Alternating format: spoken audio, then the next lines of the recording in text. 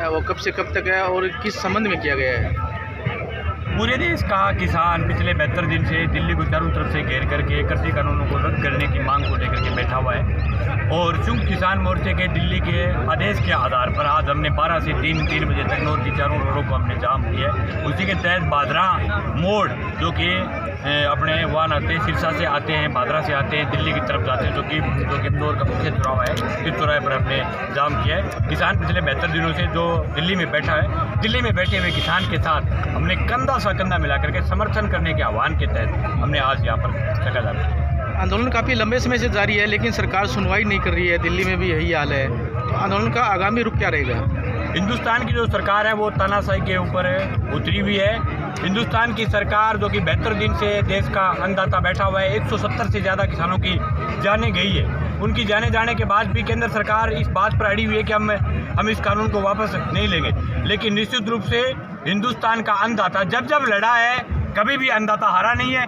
इस बार भी हिंदुस्तान के किसान की जीत होगी और केंद्र सरकार को ये कानून वापस लेने होंगे। आने वाले समय में निश्चित रूप से संयुक्त किसान मोर्चे का जो भी आदेश आएगा उसको लागू किया जाएगा।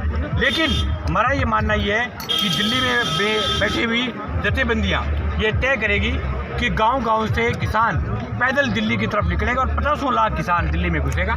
निश्चित रूप से आंदोलन तेज होगा और सरकार को मानना पड़ेगा। आंदोलन को विभिन्न संगठनों का सहयोग भी मिल रहा है, व्यापारिक संगठनों का हो चाहे किसान संगठनों का हो, तो और मानती से आंदोलन और मजबूत होगा और व्यापक किया जाएगा। बिल्कुल है, हमें धन्यवाद देना चाहते हैं बिनौर की अनाज मंडी में व्यापारियों ने आज के इस जाम के अंदर समर्थन दिया है। हिंदुस्तान के बहुत सारे मतलब क्या है कि ऐसी यूनियन है, प्रतिष्ठान है, उन्होंने किसानों के आंदोलन को समर्थन दिया है। निश्चित रूप से तमाम राजनीतिक दलों के लोग अपने पद अपने सब कुछ छोड़ करके किसानों के इसमें साथ आ रहे तमाम लोगों का स्वागत है। ये कोई राजनीतिक पार्टी का आंदोलन नहीं, ये किसानों की आन बान शान की लड़ाई है, किसानों की पगड़ी की लड़ाई। निश्चित रूप से किसान जीतेगा और जो भी लोग इसमें शामिल हो रहे हैं तमाम लोगों का स्वागत है। लाहौर के अलावा विभिन्न गाँवों में भी ये चक्का जाम वगैरह किया गया है? हाँ बिल्कुल, गाँव में किया गया।